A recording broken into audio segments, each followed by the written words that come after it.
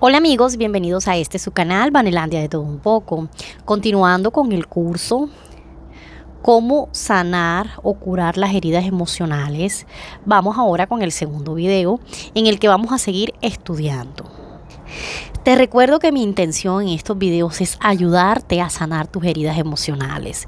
Por lo tanto, es importante que recapitulemos o en qué parte nos quedamos en el video introductorio sobre las heridas emocionales. Habíamos identificado que muchas veces cuando estamos frente a una amenaza que activa nuestra herida emocional, recurríamos a actuar utilizando nuestras estrategias torpes, es decir, buscamos una solución a esa posible amenaza que nuestro cerebro nos está mostrando.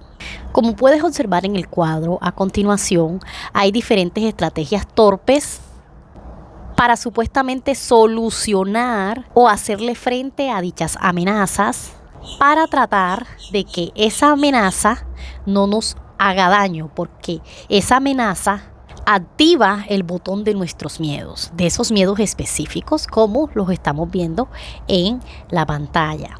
Entonces, por ejemplo, una persona que empieza a ser paranoico. Cuando una persona empieza a ser paranoico, cuando empieza a sospechar que lo están traicionando o que le están mintiendo o que están haciendo algo a sus espaldas, es decir, omitiéndole información. Esta estrategia torpe de actuar de forma paranoide es muy común en las mujeres, pero en mujeres que específicamente tienen como amenaza cualquier situación de traición, porque tienen una profunda herida de desamor y también de desprecio, de insuficiencia, de rechazo, de miedo, de todo. Por eso las celopatías o las situaciones de esas personas que no pueden confiar son bastante delicadas y es importante que se traten. La celopatía es una de las condiciones mentales más comunes en la humanidad. La mayoría de las personas sufren de celopatía, pero el problema es que nuestra sociedad no ve la celopatía como una enfermedad hasta que el hombre mata a la mujer o hasta que la mujer comete una locura por celos. Entonces la celopatía es una enfermedad que no se activa en ti porque comenzaste una relación con un hombre infiel. La tienes desde mucho tiempo atrás y que se activa cuando percibes la amenaza del desamor. Pero el problema no está con ese novio infiel que te conseguiste, el problema viene mucho tiempo atrás, posiblemente desde tu niñez. Entonces, por eso es que te digo que muchas veces las estrategias torpes lo que hacen es venir a crear más conflictos personales e interpersonales que no te van a servir como herramientas para poder defenderte del mundo exterior y sanar en tu mundo interior. Mientras usted siga utilizando las estrategias torpes o las soluciones torpes, va a seguir impactando en el contexto donde usted se encuentra. Y así se va a activar un ciclo interminable. Un ciclo interminable de errores, donde te vas a estar comportando de la misma manera con el siguiente novio o con el siguiente trabajo o con la siguiente amiga. Hay una frase que a mí me gusta mucho que dice: nadie sana en el lugar donde enfermó. Y si tienes un miedo al desamor y estás con una pareja que constantemente tiene una conducta reincidente, donde te vuelve a manifestar que no tiene un verdadero compromiso de lealtad contigo y donde su objetivo va a ser siempre romperte el corazón cada tanto, debes saber que no te van a servir tus estrategias torpes ante esta herida que constantemente te está haciendo esta persona. Es allí donde te digo que aunque hagas la terapia que quieras, si estás en una relación donde estás siendo abusada desde el punto de vista del desamor, el primer paso es salir de allí, porque si no, no va a haber terapia que te sirva. No puedes querer curarte del cáncer y al mismo tiempo alimentar el cáncer. Como te digo, nadie sana en el lugar donde mentalmente enfermó. Y muchas veces ese lugar es una relación, es un trabajo, es una actividad. Si hay trabajos donde hay un ambiente laboral Bueno, lo que pasa es que hay que aprender a renunciar a los trabajos que no nos hacen felices. Lo que te quiero decir, para que puedas sanar las heridas emocionales, lo primero que tienes que hacer es salir del ambiente que te está generando este tipo de situaciones que estimulan tus respuestas o tus soluciones torpes ante que te están metiendo el dedo en la llaga. Entonces, el primer paso es renunciar, terminar la relación o alejarte de esa amistad. ¿Por qué? Porque primero hay que desactivar el contexto para poder sanar. ¿Cómo vamos a desactivar el contexto? Obviamente, lo primero que dijimos que es anterior, terminar, alejarnos o renunciar a lo que sea que nos está generando el ambiente.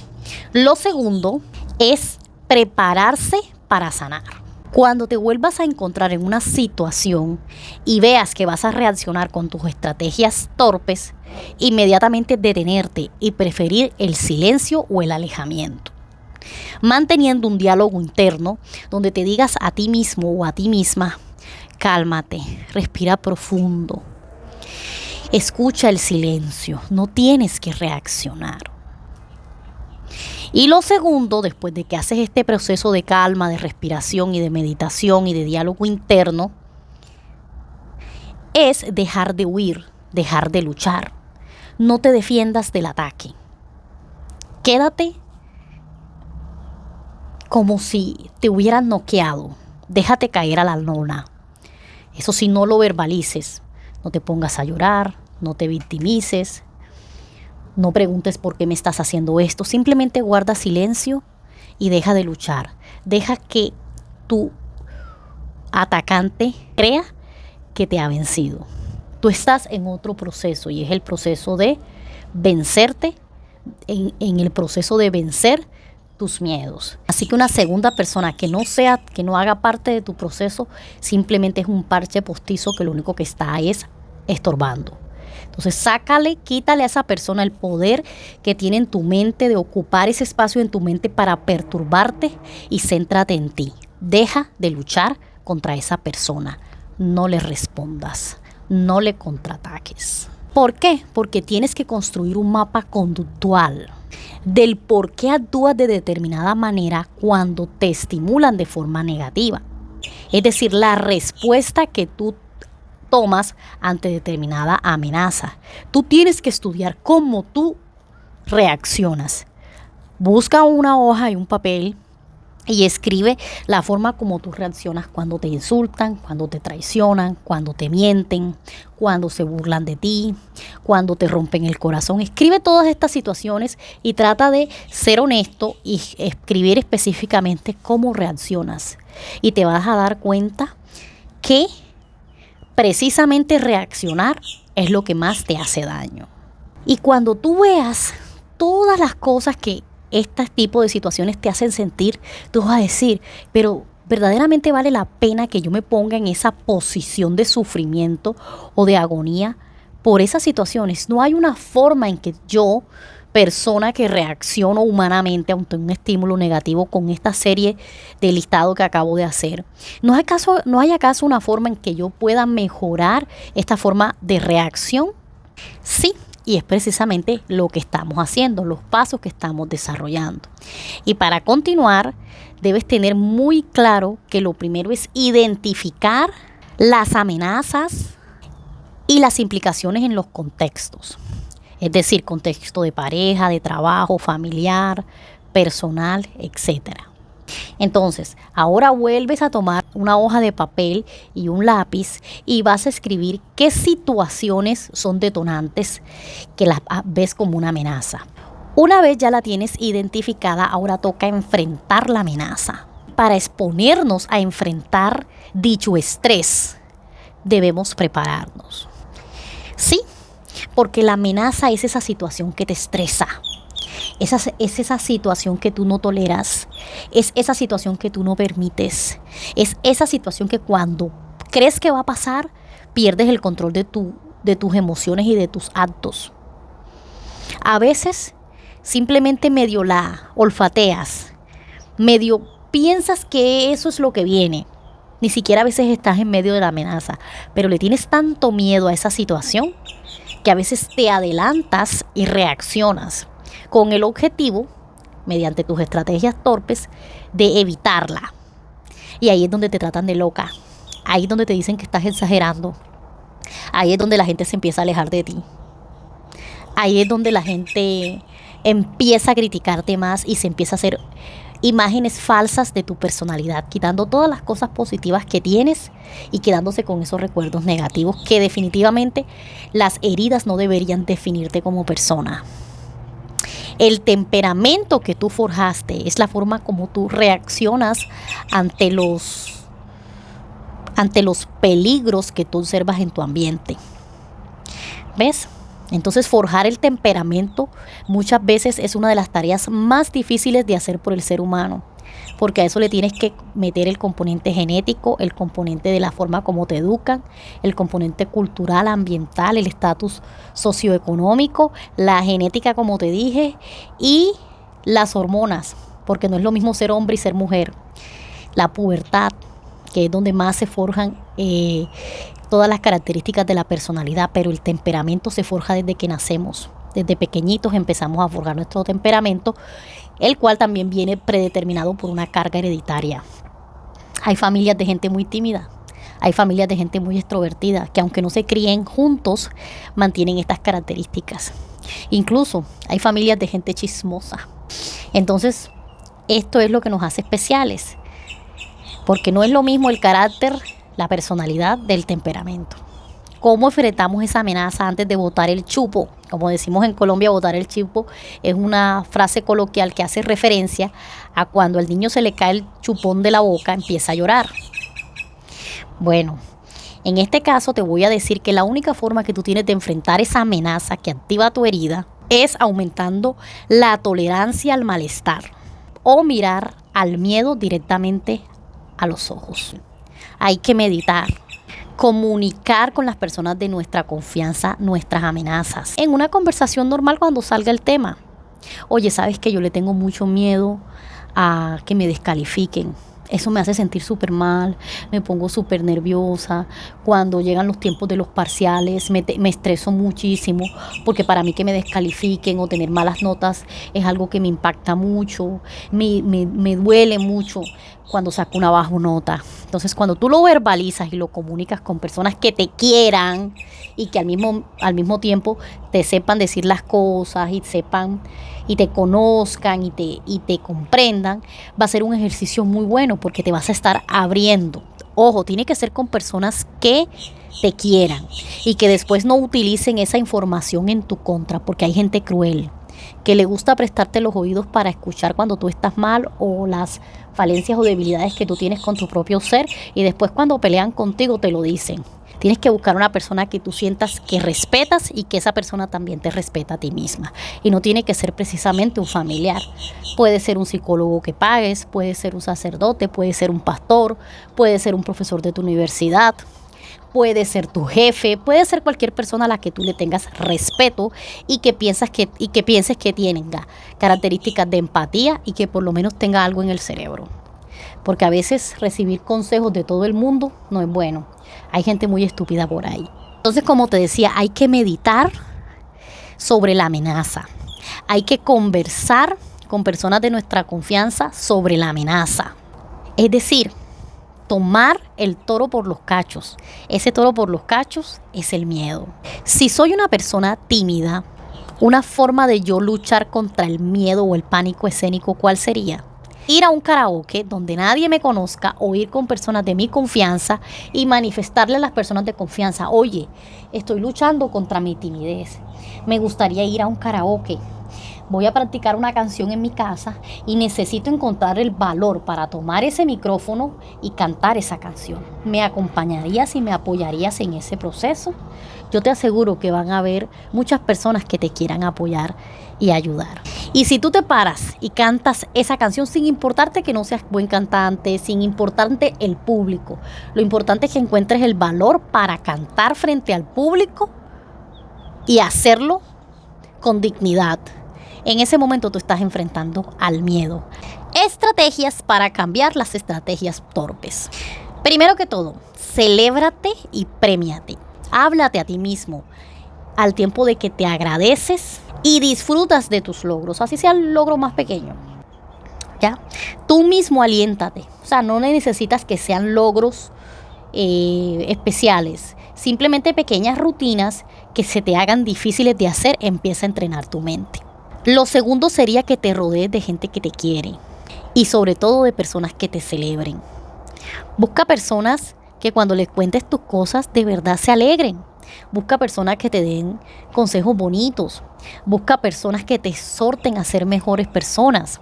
Pero ojo, no solamente te rodees de gente que te lambonee o que te alabe o que te diga cosas positivas. También tienes que tener cuerito duro para escuchar cuando una persona que te quiere te hace un llamado de atención. Cuando esa persona te dice, mira, con todo respeto, yo quisiera decirte que lo que estás haciendo está mal, estoy preocupado por ti. Así no te guste lo que te diga, esa también es una forma de amor. ¿Me comprendes? Lo tercero sería trabajar con determinación. Trabaja con mucho esfuerzo en todo lo que te dediques. No importa que de pronto hagas un trabajo sencillo o que hagas un trabajo sofisticado. Aliéntate a ser el mejor, no para que los otros lo vean, sino para ti mismo. Y date valor a tu trabajo, sabiendo que tú sí das la talla. Cuarto, darse espacio personal. ¿Me explico? Es decir, confórmate con tu esfuerzo y da tu nivel sin necesidad de prestarle atención a la presión. Tú no necesitas hacer un buen trabajo porque alguien más te esté presionando para hacerlo. ¿Me entiendes? Por ejemplo, sé genuino contigo mismo. Es una forma de darte espacio personal. Que no te importe lo que opinen o piensen los demás. Es decir, si tú eres una persona de pocas palabras y tú no quieres hablar durante una comida que estás teniendo con un amigo, porque no tienes ganas de hablar, no te sientas presionado a hablar. Comparte en silencio esa comida, que esa persona, si es tu amiga y te conoce, te sabrá entender. No te esfuerces a ser quien tú no eres. Como le digo yo a mis amigas que utilizan faja, yo le digo, quítate esa faja. ¿Qué importa que se te vea la barriga? Sentirse libre de opinar y de ser, sin importar lo que los demás piensen, es lo más importante. Y eso realmente es darse espacio personal, permitirse ser. Lo quinto sería que te rodearas de personas que te dejen ser tú mismo, sin juzgar. Una cosa es que una persona te haga un llamado de atención por tu bien o te haga ver una situación por tu bien, y otra es que todo el tiempo te esté juzgando, que todo el tiempo te esté diciendo, te vistes horrible, no te sabes controlar, eres muy chaucera, no haces tu trabajo bien, es que tú no haces las cosas. Ese tipo de personas, evítalas. O que no te presionen para encajar en un lugar. Si no tienes el carácter. Yo en mi vida personal tengo muchas amistades que a veces me juzgan, pero a mí sinceramente me importa un bledo. Lo sexto sería trabajar en tu autoestima. Háblate positivamente de tu físico, de tus cualidades, de tus talentos, de tu personalidad, de tus sentimientos, de tu valor como persona, de lo que tú eres como ser humano. Yo, por ejemplo, yo siempre me digo a mí misma, qué hermosa que soy. Lo bueno que tengas, dítelo, porque nadie más va a ser más sincero que tú mismo. Pero tú eres la persona que tiene que verse hermoso. Nadie más te lo tiene que hacer saber o hacer sentir. Aprende a conectarte con tu vulnerabilidad. Permítete sentir y sentir a los demás genuinamente como personas que tenemos muchos errores y defectos físicos, mentales y emocionales. Exponte al miedo. Si te sientes acomplejado por ser muy alto, enfrenta ese miedo y di, soy muy alto, no me gusta ser muy alto, pero ser alto tiene ventajas. Que las mujeres prefieren a los hombres altos. El mundo de la moda prefiere a los hombres altos. Entonces eso te hace inmediatamente entender y hacer una relación y tú dices, o sea, que si las mujeres los prefieren altos y el mundo de la moda los prefiere altos, es decir, a los modelos, quiere decir que si yo me he visto bien, la ropa se me va a ver más bonita a mí que a un tipo chiquitico que mide 1,50 m. Y a ti que mides 1,85 m, la ropa se te va a ver más bonita. Entonces aprovecha eso que te hace sentir mal y di, voy a empezar a estudiar cómo verme sentirme y vestirme de una forma que yo le saque provecho a mi estatura. Allí tú estás enfrentando ese miedo, que es una negatividad que tú te sientes mal por ser alto. Ahí tú coges ese miedo y lo vuelves nada y lo conviertes en una habilidad que has desarrollado, en la habilidad de vestir mejor. Entonces, un defecto se convierte ahora en una virtud, porque entonces la gente va a empezar a decir, ay, ese muchacho, cómo se viste de bonito y la ropa le queda preciosa. ¿Entiendes la dinámica? Octavo sería evitar huir o escapar de las amenazas. ¿Por qué? Porque muchas veces son imaginarias. Es decir, muchas veces reaccionas antes de que la amenaza se dé, o reaccionas durante la amenaza de una forma muy a la defensiva. Entonces, aprende a identificarla cuando una persona se está convirtiendo en una amenaza y tranquilízate. Tómate tu tiempo antes de reaccionar. Y para esto tienes que empezar a meditar en dichas amenazas. Es decir, ¿qué vas a meditar? Meditar es colocarte en un ambiente tranquilo y relajado, con una respiración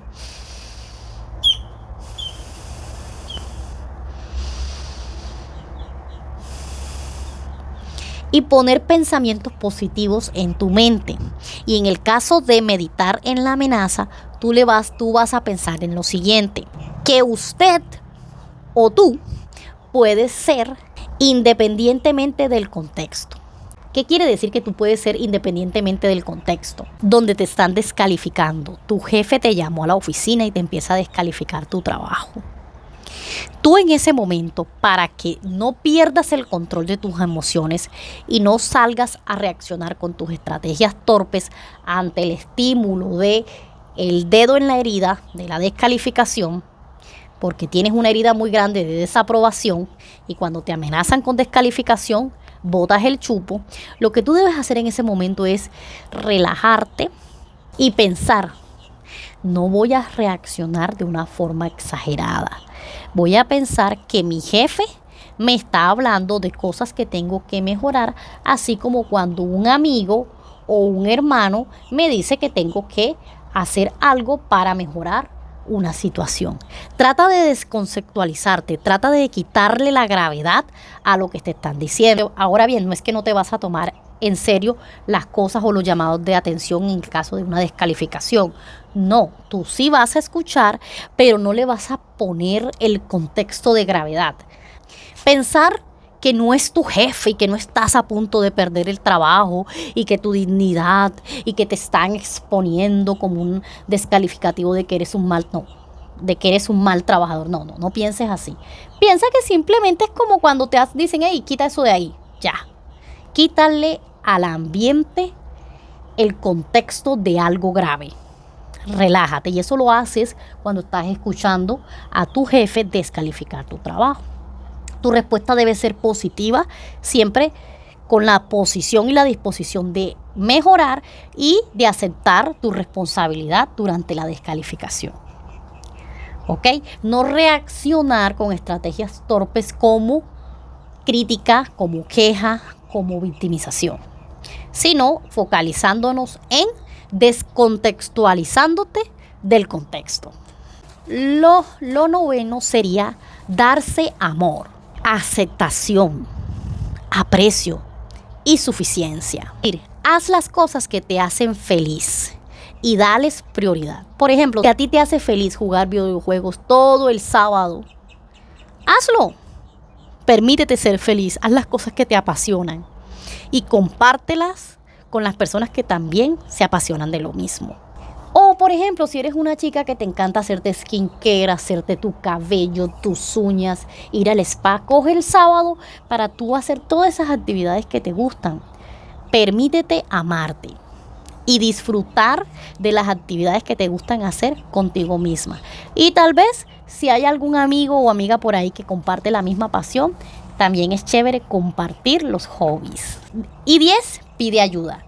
En primera instancia, como te dije al principio, habla con tu familia o con tus amigos, con aquellas personas que sientes que te quieren y que te podrían dar buenos consejos, con aquellas personas que sabes que te escuchan con muchísimo amor. Y si ya quieres mejorar aún más, Puedes ser autodidacta y buscar información acerca de las heridas emocionales, como por ejemplo si estás viendo este video, o mucho mejor aún, si te tomas el tiempo de sacar una cita con tu psicólogo de confianza. Te aseguro que él va a hacer todo lo que está en sus manos con el mejor conocimiento del mundo profesional para ayudarte a sanar. Y como te digo, siempre busca formas de profundizar y sanar. Conócete a ti mismo. Son tus heridas. Solamente tú sabes cuándo se formaron, por qué se formaron, cómo las mantienes vivas, cómo las evitas y también sabes precisamente cómo las sanas. Tú conoces todas tus respuestas. Y una vez ya has hecho todos estos 10 pasos para enfrentar la amenaza, vas a disolver la herida.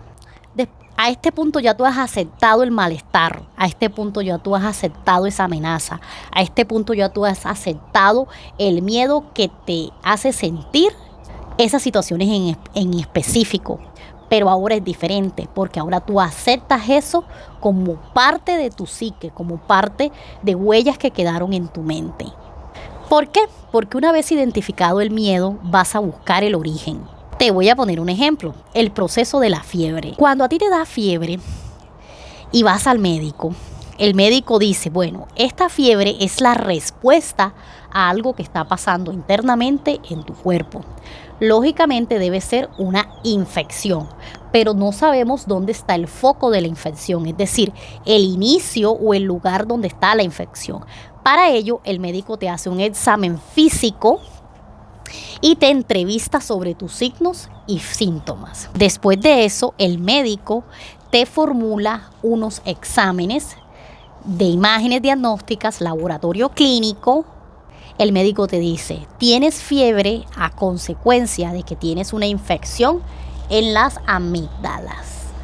Entonces ya el médico, una vez identificando el foco de la infección, te envía un tratamiento específico para esa infección en las amígdalas. Ese proceso de investigación de por qué tienes fiebre y de encontrar el foco de la infección es llamado en psicología el proceso de autoconocimiento. Para poder disolver tu herida tienes que hacer este proceso y es simplemente identificar la sensibilidad particular que te hace más vulnerable o sensible a percibir ciertas personas o situaciones como amenazantes, es decir, en forma negativa, y desarrollar así unas conductas para lidiar con el malestar de estar en una situación amenazante, es decir, tu respuesta. Tu entorno es el que finalmente primero identifica tu defecto, es decir, esa reacción. Tus amistades son las que más observan tus reacciones negativas, es decir, ellos empiezan a ver qué es lo que te amenaza. Entonces tú vas a abrir más tus ojos para que tú también puedas verlas. Esas amenazas, como te dije, son la forma en que tú respondes al miedo. Te pongo un ejemplo. Cuando yo le digo a mi esposo, es que tú eres muy controlador, pero yo, como no lo conozco de toda la vida, no identifico su dolor, es decir, cosas que pasaron en su pasado que lo condicionaron a responder así, de forma controladora, abusiva y descalificativa. Ese dolor que produce en su interior ese tipo de conducta es el que crea la respuesta. ¿Cuál es el miedo de él? Ser rechazado o traicionado. ¿Cuál es el origen de las heridas? Como les había dicho, la personalidad se termina de concretar durante la adolescencia, pero el temperamento tiene un componente genético, es decir, se hereda. Y la forma en que reaccionas a diferentes situaciones a lo largo de tu humanidad es como se forja tu carácter. Es decir, la forma como decides, la forma como actúas es el desarrollo o el despliegue de tu carácter. Entonces ya habíamos hablado en el primer video que la amenaza es una información que entra a través de tus sentidos y es interpretada aquí en tu cerebro por una glándula que se llama la amígdala. Y esta glándula te va a producir una reacción inmediata que va a estar condicionada por un área en el cerebro que se llama el hipocampo, donde están los recuerdos. Entonces, cuando la amígdala recibe el estímulo, dice, ay, hey hipocampo, ¿reconoces esta situación como dañina o como algo bueno?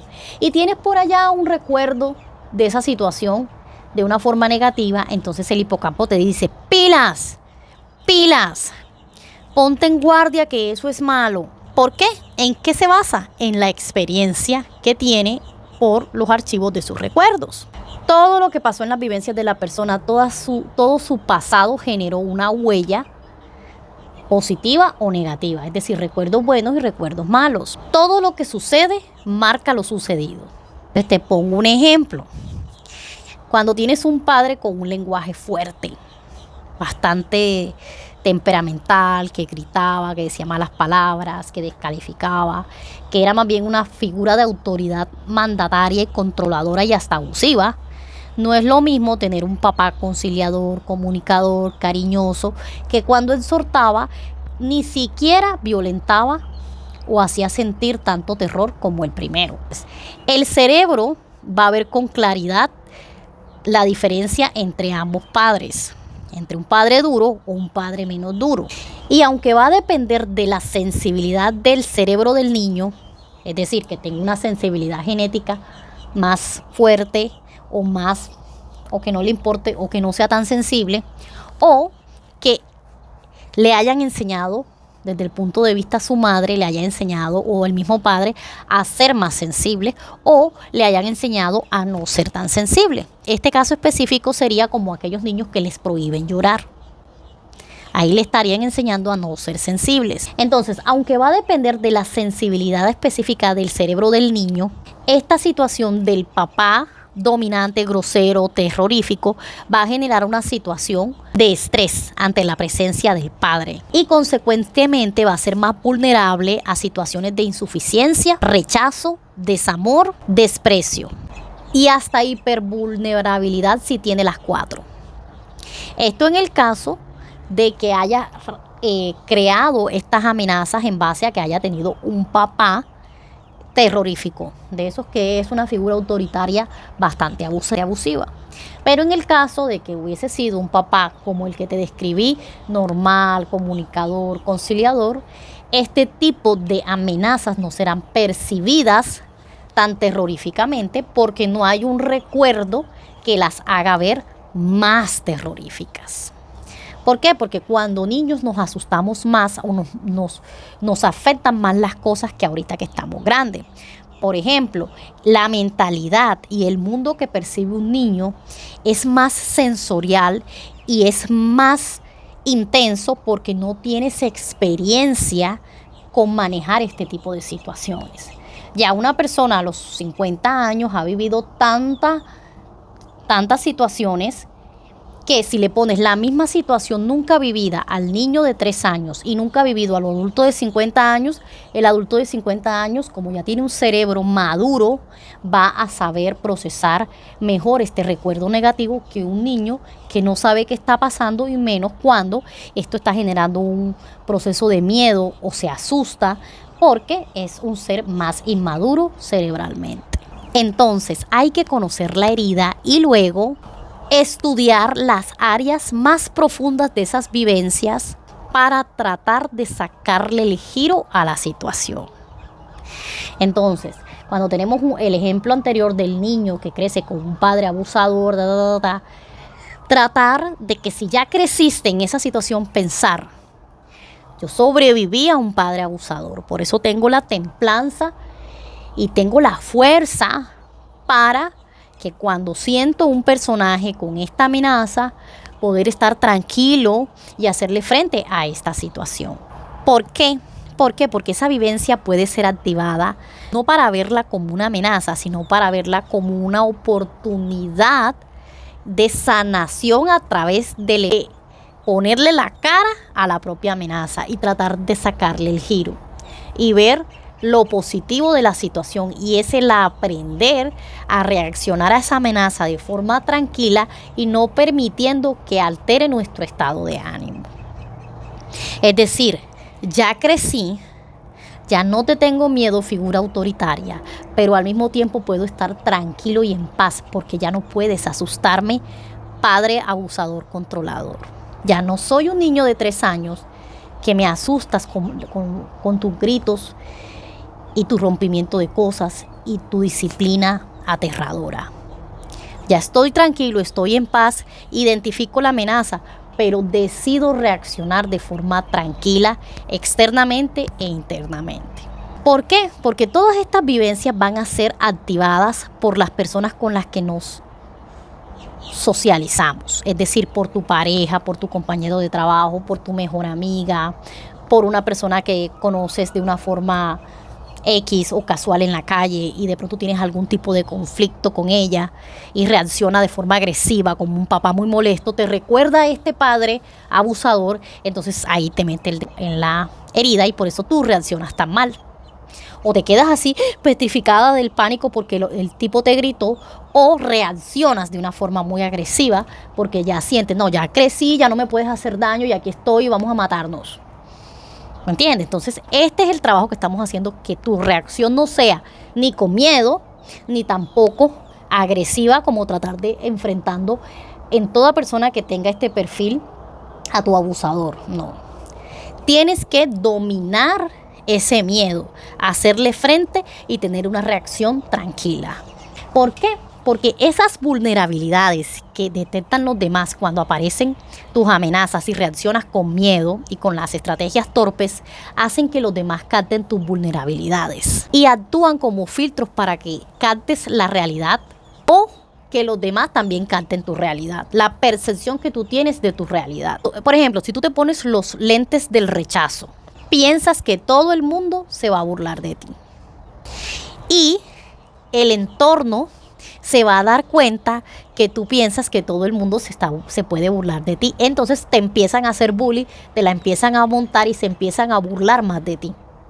Porque tú dejaste ver tu debilidad, tú dejaste ver tu miedo, porque te pusiste unos lentes que solo te permitían ver a la gente, solo te permitían ver que la gente se burlaba de ti. Es como si te pusieras una precondición, como si te pusieras un letrero que dice aquí, soy altamente burlable. Y te pones unas gafas donde solamente ves gente que se burla de ti. Entonces, cuando tú pones esta precondición en tu mente, vas a ser percibido y vas a percibir a la gente en este ambiente de burla. Entonces, para ello, tú tienes que utilizar unos filtros. El filtro grueso, para ello, te lo puedo explicar utilizando la temática de los filtros. Tú, cuando te pones esas gafas y ese letrero aquí, que hace y propicia que se burlen de ti, es como si comenzaras a utilizar un filtro grandísimo, un embudo grandísimo a través del cual todo el mundo va a depositar su mierda. ¿Por qué? Porque todo va a ser amenaza, tú vas a ver a todo el mundo como una amenaza y ellos te van a amenazar al mismo tiempo. Y esto te va a generar gran dolor y muchísimos traumas. Ya hay otro filtro que tú también te lo puedes poner, que ya es un filtro más delgadito, así finito, que cuando la gente te quiera tirar toda su mierda, tú tengas en tu mente matices para darte cuenta de qué es una burla y de qué simplemente es una broma que no es con la intención de herirte. Y así tú puedes hasta desestimar muchas de esas bromas con o sin intención de herirte y decir, oye, yo desestimo todas estas bromas, estas situaciones no son amenazantes. Y cuando tú las desestimas, tú dices, ¿sabes qué? Estas bromas no son ni gran cosa. Cuando tú les quitas valor, el dolor y el trauma son mucho menores. Entonces, las heridas muchas veces están acompañadas de creencias de lo que es terrible, inaceptable o súper grave. Pero si tú coges esas creencias y las pones más chiquiticas y dices, ¿sabes qué? Mira, soy gay. Ay, pero eso no es tan grave. Estamos en el siglo XX. Aquí todo el mundo, el que quiera hacer como quiera. Salí embarazada. Ay, pero cuanto más lo doy en adopción. O busco estrategias para decidir si lo tengo o no lo tengo. O sea, tampoco voy a hacer de eso. Ay, le fallé a mis padres. Ya no valgo nada como mujer. No.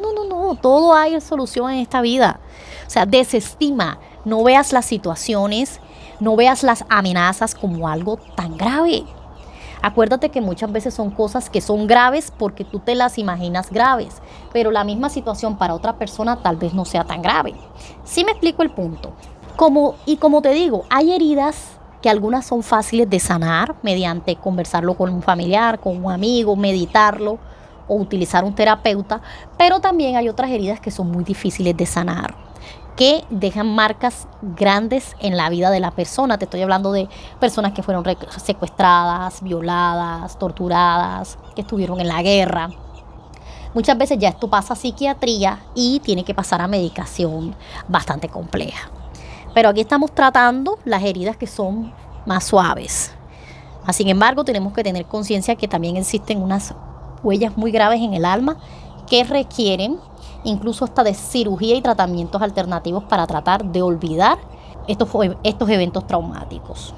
Por eso es muy importante el compañero que te ayudará a sanar. A veces esa persona que te va a ayudar a sanar puede ser tu mejor amiga, tu profesor de clases, tu entrenador de baloncesto, tu tía, el pastor de tu iglesia, un influencer o youtuber,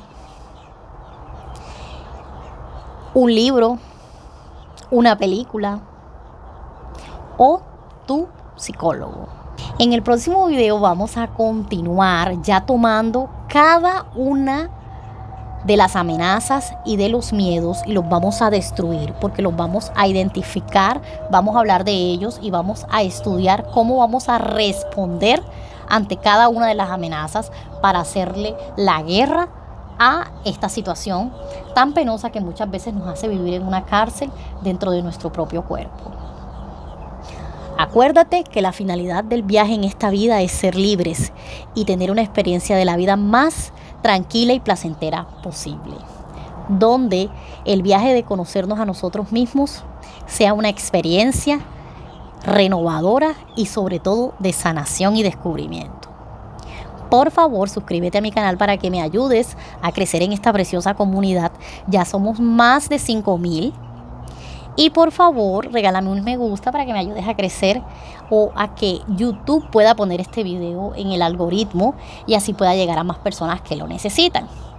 Y por favor, coméntame cómo reaccionas a cierto tipo de amenazas y dime si estás trabajando para sanar tus heridas. Nos vemos en el próximo video para continuar con la temática de sanar las heridas emocionales.